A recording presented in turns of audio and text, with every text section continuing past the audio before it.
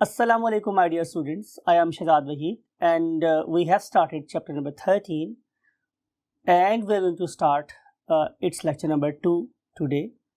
और आज हम एक बहुत इंपॉर्टेंट टॉपिक पढ़ रहे हैं, that is called as photo respiration. Last time we have discussed about what the role of stomata and the role of air definitely for the photosynthesis and respiration of the plant. यहाँ पे आपने एक बात गौर से याद रखनी, वो क्या है students, my dear students? Number 1 कि plants have got dual mechanism, यानी कि वो डे टाइम पे फोटोसिंथेसिस करते हैं और जो रेस्पिरेशन है वो तो एक ऑन गोइंग प्रोसेस है, उसका रेट ऑलमोस्ट कांस्टेंट रहता है प्लांट्स में। और हमने ये देखना है कि क्या इस पर्टिकुलर डुअल कैरेक्टर के अलावा कोई और प्रोसेस भी यहाँ पे हो रहा है। और मैंने आपसे डिस्कस भी किया था कि हम देखेंगे कि कोई प्लांट्स जो होते हैं वो डे टाइम पे नॉर्मल रेस्पिरेशन के अलावा भी कोई रेस्पिरेशन कर सकते हैं या नहीं। तो इन सारी बातों को अंडरस्टैंड करने के लिए let's move to the whiteboard. हम डिस्कस करेंगे आज फोटो रेस्पिरेशन। तो आए हम सबसे पहले इसकी डेफिनेशन लिखते हैं। It is a biochemical process. It is a biochemical process taking place in plants. ये plants में होता है। Taking place in plants that consume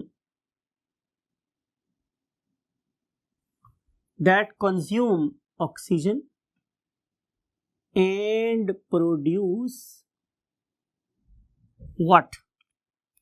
And produce CO2 in the presence of light. In the presence of light. तो basically हम लोगों ने photosynthesis के reverse process करना है। यूनो डे टाइम पे प्लांट्स यूजुअली क्या कर रहे होते हैं? CO2 को एब्जॉर्ब करते हैं, ऑक्सीजन को प्रोड्यूस करते हैं। लेकिन इस वाले केस में हम ऑक्सीजन को एब्जॉर्ब कर रहे हैं और CO2 प्रोड्यूस कर रहे हैं।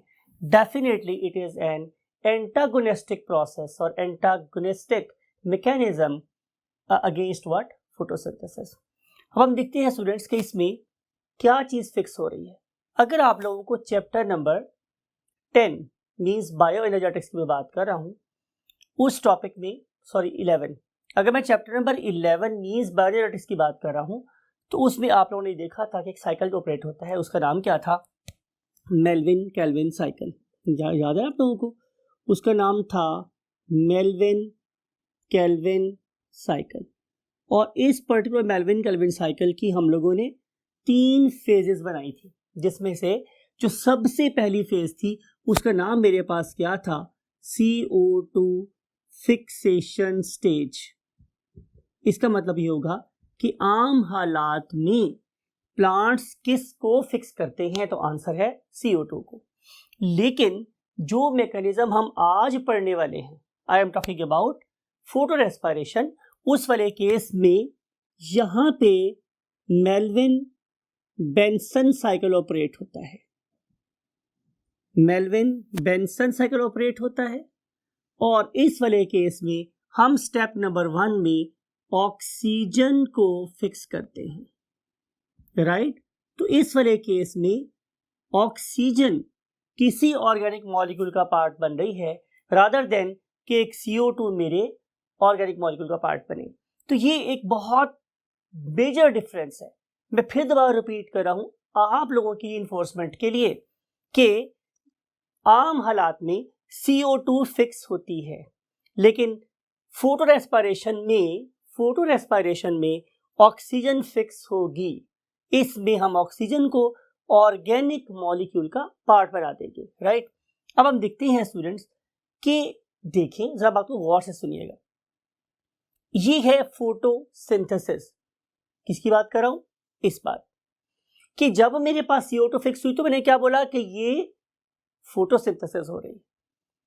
फोटो का मतलब क्या था? लाइट। इसका मतलब ये हुआ कि ये वाला प्रोसेस भी in the presence of light हो रहा है, राइट? और जो ऑक्सीजन फिक्स हो रही है उसका नाम हमने क्या रखा हुआ है, देखिए, फोटो रेस्पिरेशन। यानी कि ये वाला प्रोसेस भी in the presence of light ही हो रहा है। ये दोनों प्रोसेसेस लाइट की प्रेजेंस में ही हो रहे हैं। तो फिर ये क्या तजाद है कि लाइट की प्रेजेंस में ही CO2 हो रही है और लाइट की प्रेजेंस में ही O2 फिक्स हो रही है। देखना ये है कि वो कौन सी कंडीशंस है डे टाइम में कि जब CO2 फिक्स होती है, और वो कौन सी कंडीशंस हैं जब मेरे पास ऑक्सीजन फिक्स होती है। मैं फिर दोबारा रीइंफोर्स कर रहा हूं, किन कंडीशंस में फोटोसिंथेसिस होगी और किन कंडीशंस में फोटो रेस्पिरेशन होगी। Look at this. इसके लिए हम लोग यहां पे छोटी सी लाइन लगाते हैं, राइट? और ये लाइन इन दोनों कंडीशंस को क्या करेगी, कंपेयर करेगी।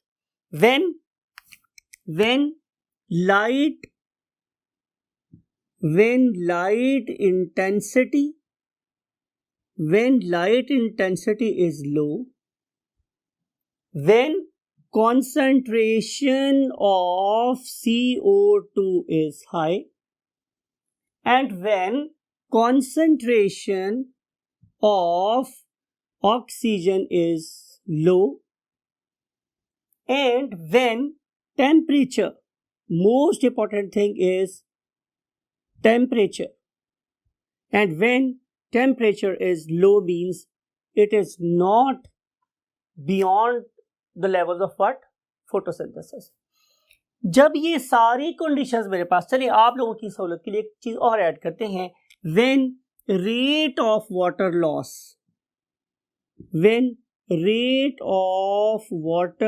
loss is low, जब ये वाली 5 कंडीशंस प्रीवेल करेंगी, जब वाटर का लॉस कम हो रहा होगा, जब लाइट इंटेंसिटी बहुत ज्यादा तेज नहीं होगी, जब कॉन्सेंट्रेशन CO2 की ज्यादा होगी लीफ के अंदर, जब कॉन्सेंट्रेशन ऑफ O2 कम होगी, डेफिनेटली अगर आप उन कंडीशंस को देखेंगे तो टेम्परेचर क्या होगा, कम।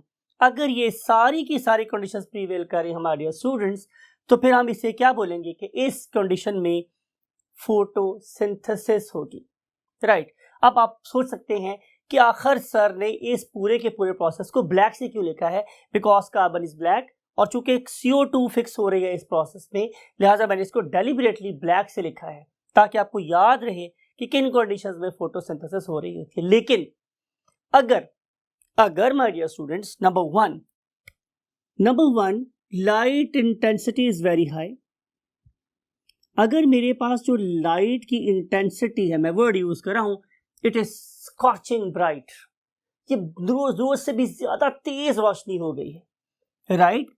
फिर when concentration of CO2 is low, ये जब मैं कॉन्सेंट्रेशन ऑफ CO2 लो होने की बात करता हूं तो मैं किसकी बात कर रहा हूं, एयर चेंबर्स की।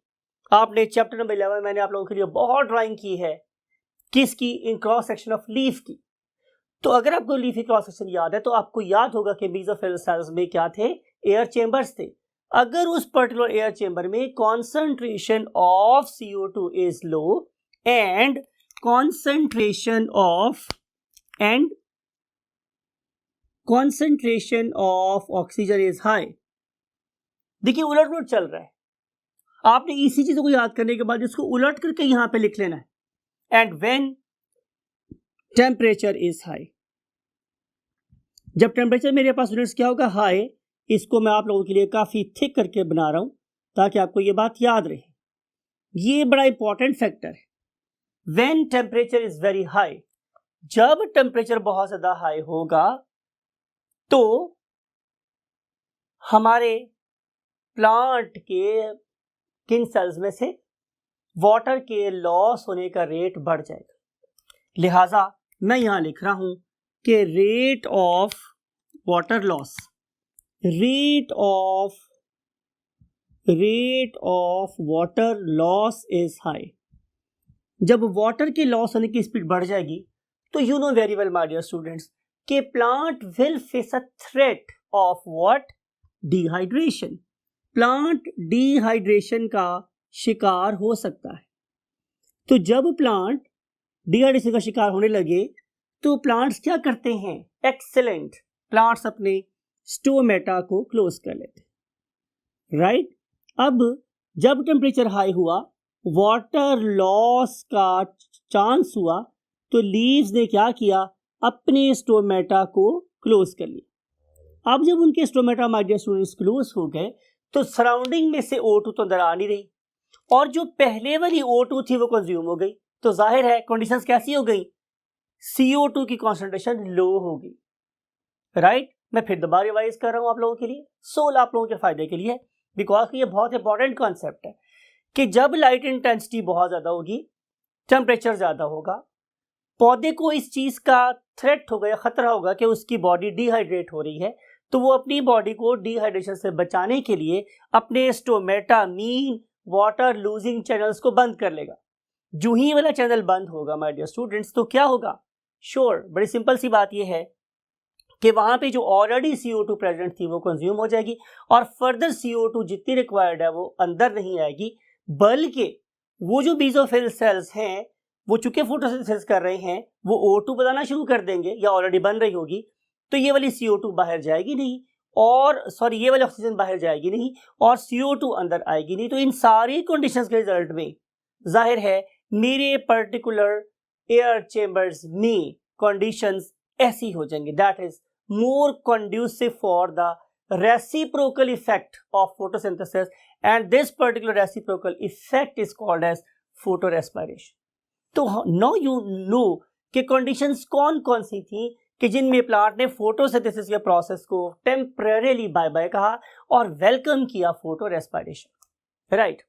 सो now we want to see the need and importance. पहली बात तो माय डियर स्टूडेंट्स ये है कि इसकी कोई जरूरत नहीं, नो नीड एट ऑल, हमें इस प्रोसेस की हरगिज कोई जरूरत नहीं, राइट, कोई जरूरत नहीं। तो सवाल पे मेरे पास ये है स्टूडेंट्स कि इस पर्टिकुलर प्रोसेस को हम कैसे प्रूव कर सकते हैं इसकी जरूरत नहीं है। तो अभी हम डिस्कस करेंगे अपनी इस बोर्ड के नेक्स्ट कॉलम में कि यहाँ पे डिफरेंट किस्म के ऑर्गेनल्स पार्टिसिपेट करते हैं। अगर मैं उन डिफरेंट ऑर्गेनल्स के किसी भी एंजाइम को पॉइजन कर दूं, राइट, मैंने क्या स्टूडेंट्स, मैंने पॉइजन कर दिया एंजाइम को। जब मैं किसी भी एंजाइम को पॉइजन कर दूंगा तो जाहिर है फोटोरेस्पिरेशन का process there and then stop हो जाएगा, राइट। तो जब मैंने एंजाइम को पॉइजन किया तो मैंने ये देखा कि प्लांट अब भी बड़े सक्सेसफुली ग्रो कर रहे हैं, नो प्रॉब्लम एट ऑल। ये डिपिक्ट करता है कि प्लांट को इसेंशियली इस प्रोसेस की जरूरत नहीं है, हरगिज जरूरत नहीं। बल्कि अगर मैं आप लोगों से ये वाली बात बताऊं, आप लोगों को बड़े ज्यादा गौर से सुननी है आपने मेरी बात, कि अगर मैं इस प्रोसेस को ना करवाऊं मींस फोटोरेस्पिरेशन को, तो प्लांट्स ज्यादा बेटर परफॉर्म कर रहे होते हैं, राइट। अब सवाल ये प्रोड्यूस हो रहा है कि ऐसा क्यों है, तो आंसर ये है कि during the course of photosynthesis अगर एक प्लांट 100% परफॉर्मेंस शो कर रहा होता है in the terms of what, production of glucose, production of what, carbohydrates, तो उसकी एफिशिएंसी फोटोरेस्पिरेशन की वजह से 25 to 30% तक ड्रॉप हो जाती। इट इज वेरी इंपॉर्टेंट, ये बड़ी इंपॉर्टेंट बात है कि फोटोसिंथेसिस में जितना ग्लूकोज इस्तेमाल हुआ, जितना ग्लूकोज प्रोड्यूस हुआ, उसके प्रोडक्शन रेट में 25 से 30% तक क्या आ जाता है, ड्रॉप आ जाता है। लिहाजा अगर मैं फोटोरेस्पिरेशन के एंजाइम को पॉइजन कर दूंगा तो ये वाला लॉस और कम हो जाएगा और प्लांट की ग्लूकोज सिंथेसाइज करने की एबिलिटी और ज्यादा एनहांस हो जाएगी। You got the point. इसका मतलब ये होगा कि वी कैन सी कि photorespiration is basically a flaw, एक एब्नॉर्मेलिटी है, इसलिए मैंने बोला कि abnormality. I have already placed this word deliberately over here कि ये जो प्रोसेस है ये एक फ्लॉ है, और इस फ्लॉ की वजह से जैसे मैंने पहले लिखा है कि हमारी फोटोसिंथेटिक एफिशिएंसी क्या हो जाती है, कम हो जाती, राइट। अब अगर ये कम हो रही है तो इसके पीछे क्या लॉजिक है, तो आंसर मेरे पास ये स्टूडेंट्स कि आप लोगों ने दोबारा से चैप्टर नंबर 11 और मेल्विन केल्विन साइकिल को देखना है। मेल्विन केल्विन साइकिल में एक क्या था स्टूडेंट्स, 5 कार्बन कंपाउंड, उसका नाम था RUBP। पढ़े देखिए बच्चे हैं, very intelligent and fertile brains you have got. तो यू नो रूबुलोज बिसफॉस्फेट और रूबुलोज बाइफॉस्फेट एक ही बात। And you know RUBP is a 5 carbon compound, और इस 5 कार्बन कंपाउंड के साथ क्या हो जाती है, फिक्स एक और कार्बन। और ये कार्बन मैं डेलिबरेटली ड्रॉ कर रहा हूं किससे, ब्लैक से, यानी कि ये वो कार्बन है जो बेसिकली आके एनवायरमेंट से इसके साथ मिल गई है। तो ये था मेरे पास क्या, CO2 फिक्सेशन। सवाल ये था कि RUBP के अंदर इस पर्टिकुलर CO2 को किसने फिक्स करवाया। तो यू नो वेरी वेल कि यहां पे हमें एक एंजाइम की जरूरत थी जिसने ये वाला काम किया, और उस एंजाइम का नाम क्या है, रूबिस्को।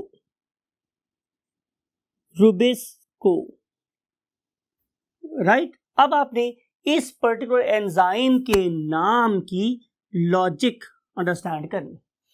जाहिर है ये ribulose bisphosphate, ru stands for ribulose and bis stands for bisphosphate and co it stands for what, it stands for कार्बोऑक्सीलेज।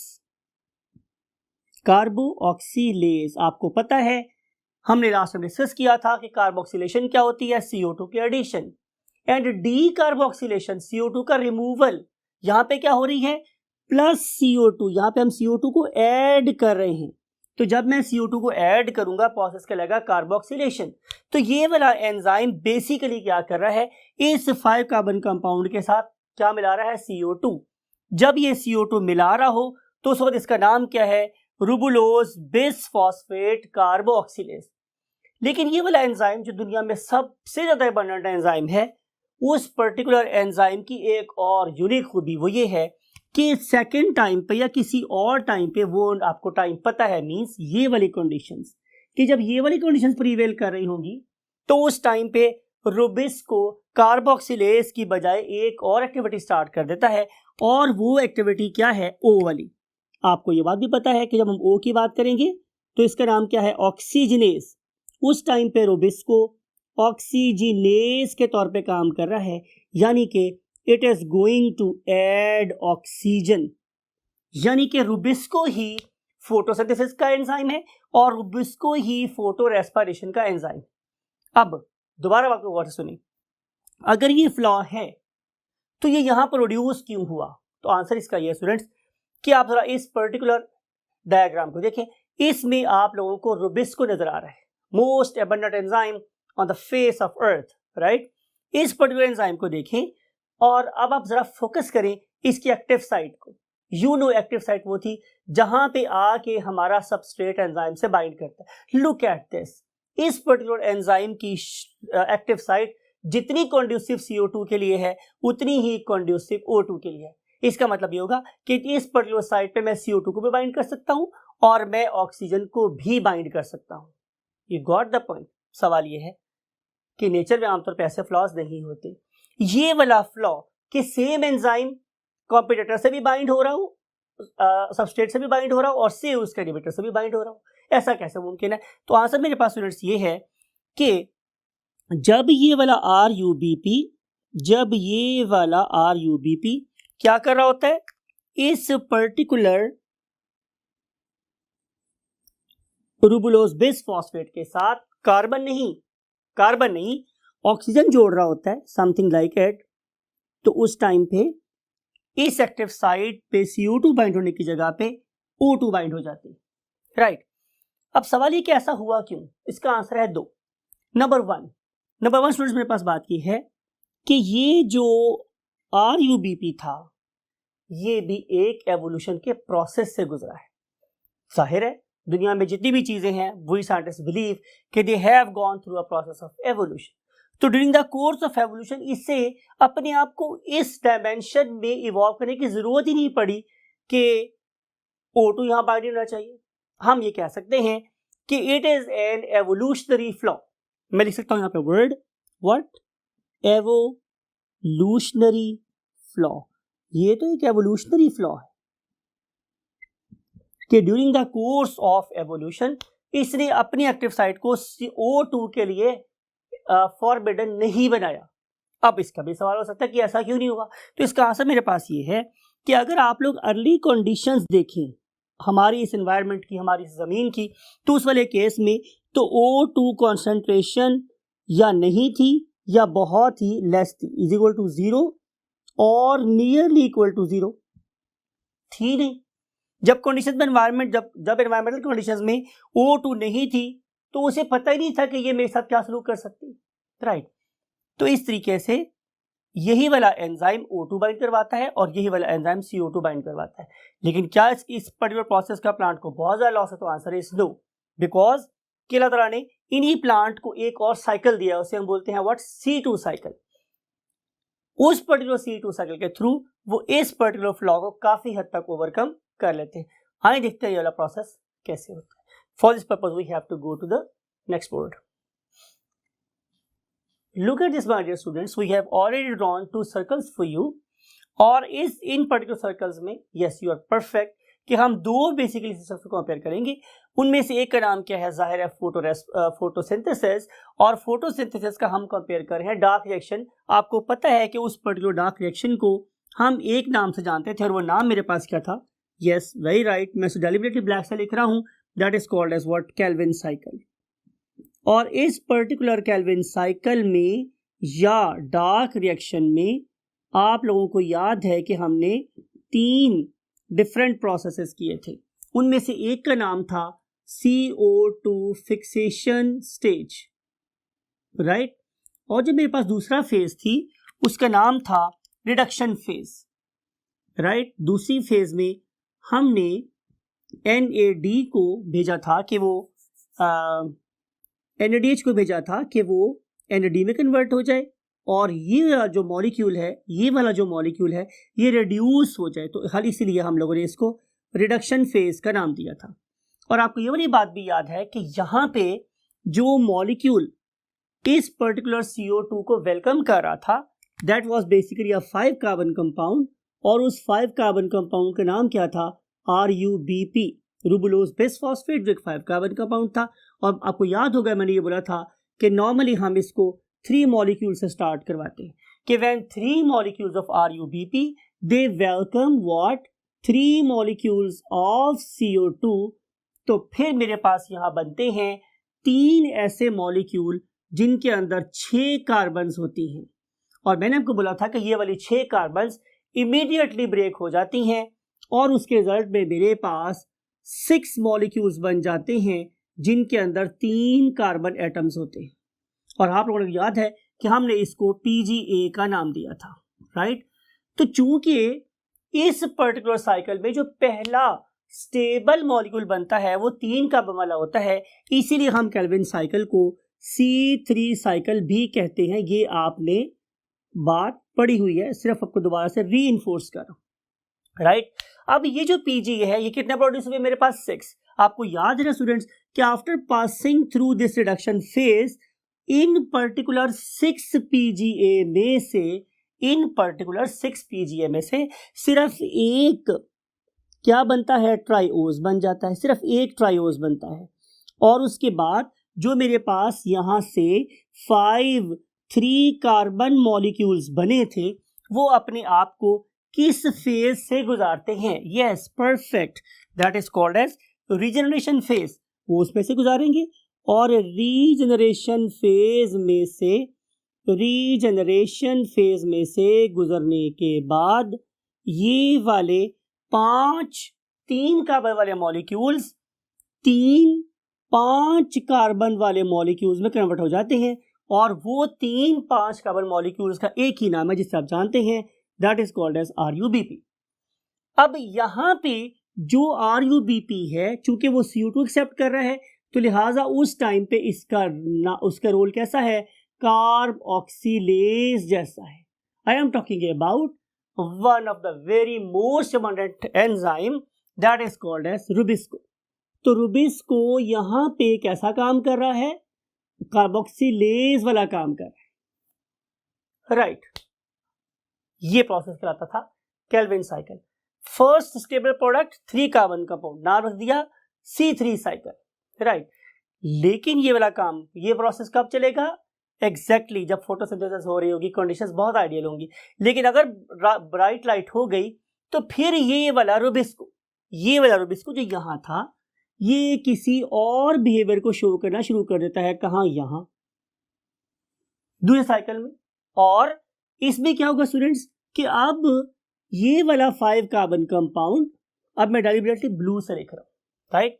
अब ये वाला RUBP जो कि एक 5 कार्बन कंपाउंड था, राइट, ये क्या करेगा? ये एक्सेप्ट करेगा oxygen, it will accept oxygen, it will fix oxygen. देखिए मैं बात को इतने जोर देके बार बार आप लोगों के लिए रिपीट कर रहा हूं कि now RUBP will not accept CO2, rather it will accept oxygen. और जब ऑक्सीजन को एक्सेप्ट करेगा तो उसके रिजल्ट में मेरे पास जाहिर है 5 कार्बन कंपाउंड एक अनस्टेबल 5 कार्बन कंपाउंड, ये वाला 5 कार्बन कंपाउंड ऑक्सीजन एक्सेप्ट करने के बाद एक अनस्टेबल 5 कार्बन कंपाउंड बनाएगा, राइट। और ये जो अनस्टेबल 5 कार्बन कंपाउंड है ये इमीडिएटली ब्रेक हो जाएगा। अब 3 के 2 पार्ट्स में नहीं बल्कि 3+2 में। अगर तो CO2 एक्सेप्ट हो रही होती तो फिर नंबर ऑफ कार्बन एटम कितने जाते हैं? 6। तो क्या बना? 3+3। लेकिन चूंकि यहां पे बने ही 5 कार्बन है तो ये ब्रेक हो जाएगा। किसके अंदर? ये ब्रेक होगा अब एक 3 कार्बन कंपाउंड में और एक 2 कार्बन कंपाउंड, राइट। ये जो 3 कार्बन कंपाउंड है स्टूडेंट्स वो तो वही है PGA जो आप पहले पढ़ के आए हैं, PGA, उसमें तो कोई फर्क नहीं। लेकिन इस वाले केस में एक 2 कार्बन कंपाउंड बनता है, राइट। उस पर्टिकुलर कंपाउंड का नाम होता है व्हाट? फॉस्फोग्लाइकोलेट,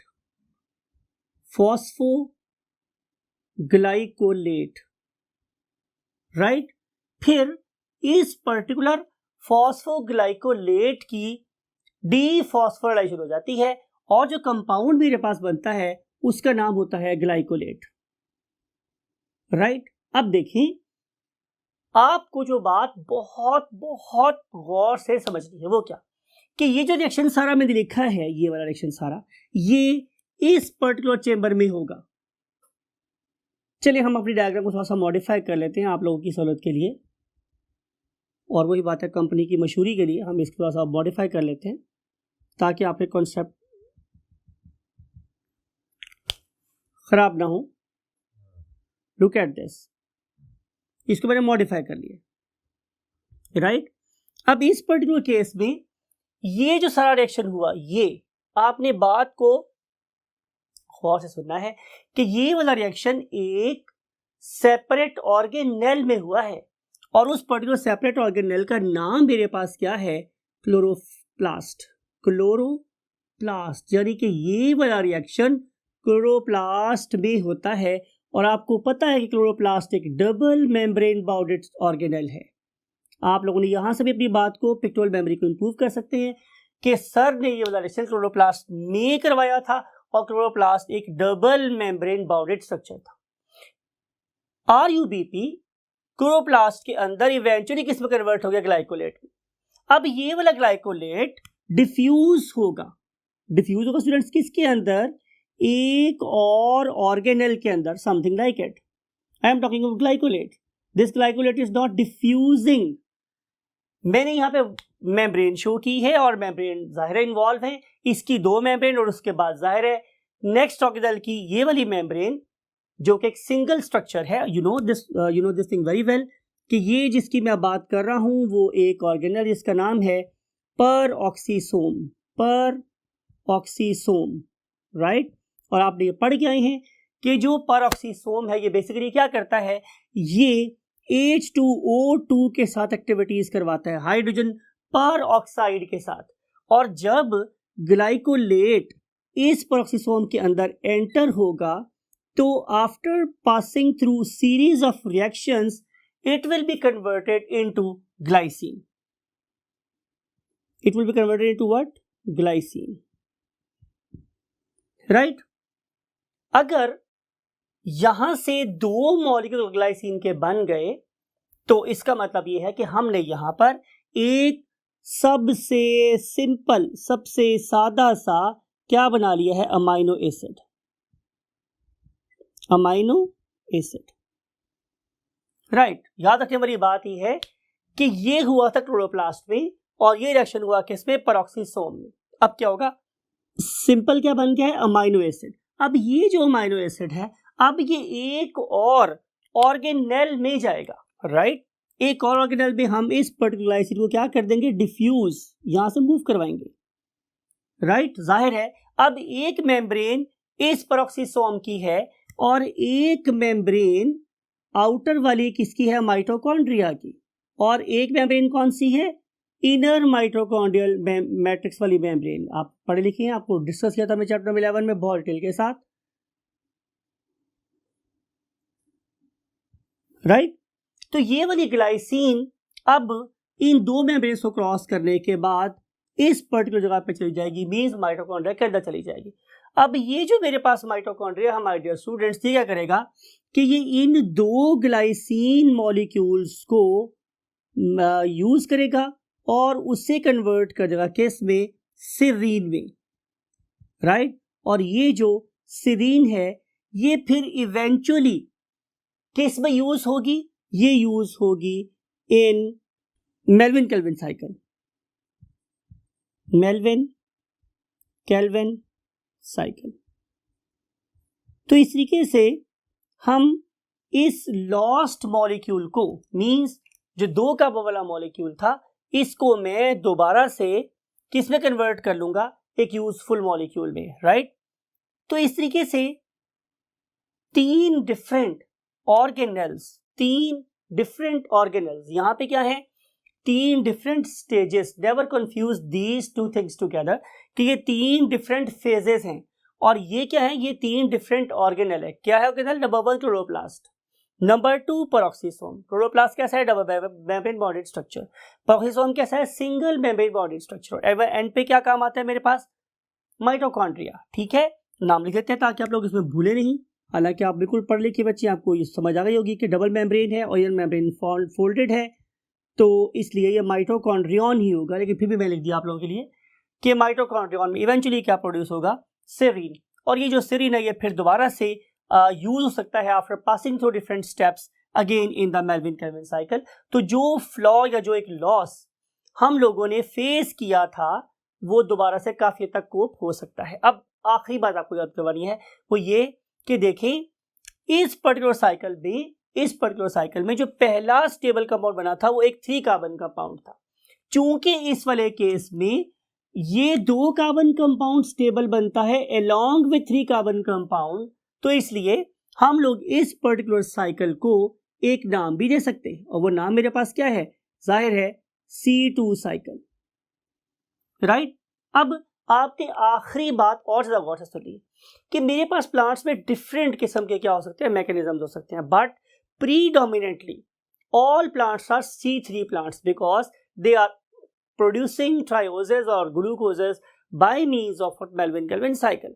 लेकिन इन पर्टिकुलर प्लांट्स में C2 साइकिल के साथ साथ C3 साइकिल के साथ साथ एक C2 साइकिल भी ऑपरेट हो रहा होता है जो क्या करवाता है, photo respiration, right my dear students. तो ये था हमारे पास कॉन्सेप्ट। आप लोगों को हर एक बात को जरा गौर से ध्यान से सुनना है, बुक से मैच करना है। और मैंने काम ये किया हुआ है कि मैंने बुक के आखिरी जो मेरे पास क्या थे पैराग्राफ्स, उनको मैंने एज पर माई सीक्वेंस या इट्स इंपॉर्टेंस मैंने पहले डिस्कस किया है, और मैकेनिज्म जो आप लोगों की बुक के 3rd पैराग्राफ में लिखा हुआ है या कंपेयर किया हुआ है उसको मैंने यहाँ डिस्कस किया है, so that you may have the better perception क्या ये रिएक्शन कब हो रहा है और क्यों हो रहा है। So that's it for today. Take very good care of yourself.